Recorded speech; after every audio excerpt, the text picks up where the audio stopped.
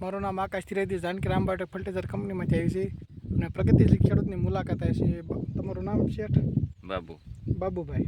અને આપણે તમે આ પાયામાં આપણું કયું ખાતર વાપર્યું હતું?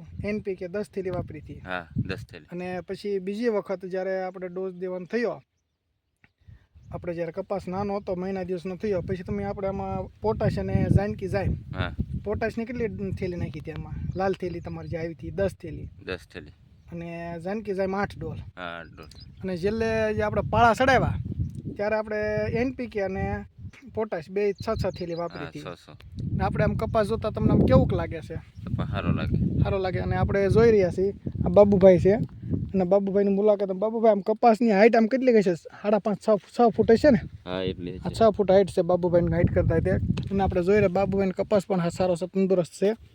અને આપણે જોતા ઝીંડવાનો તો સારામાં સારો છે, જો ઝીંડવું હોય તે. બાબુભાઈ આપણે ખાતર આપણે બીજા કોઈ ખેડૂતને કેવું હોય વાપરવા જેવું? હા, વાપરવા જેવું. અને આપણે તમે આ કેટલા વીઘાનો કપાસ છે? આ લગભગ 20 વીઘા. 20 વીઘા. ને તમને આ ખાતર વાપર્યા તમને આમ સંતોષ? હા, પૂરો સંતોષ? પૂરો. તો વાંધો નહીં. અને આપણે બીજા કોઈ ખેડૂતને કીધું હોય કે આવતા વર્ષે અથવા આવતી સિઝનમાં અથવા ચોમાસું સિઝન આવે, શિયાળુ સિઝન આવે, તો તમે આ ખાતર બીજા કોઈ ખેડૂતને તમે વાપરશો? હા, પાક્કું ને? પાક્કું. Thank you Babubhai.